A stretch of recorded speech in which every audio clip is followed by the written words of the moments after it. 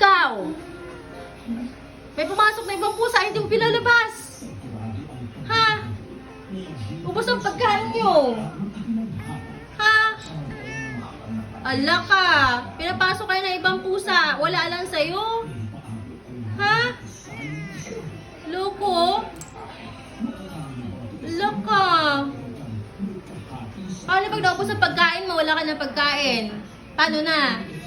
Ba't parang may sugat ka sa ano? Bakit ano yan? Sa ilong mo? Ano yan sa ilong mo? Ba't ganyan? Ano yan? Dati parang may ano yung ilong niya. Wag yan ah. Pinagsasabihan ka lang eh. Ano yung sa ilong mo? Pag may pumasok ng ibang pusa, palabasin mo. Ha, bahay mo to eh. Tapos umiihi pa sila sa loob ng bahay. Bad yun. Aray!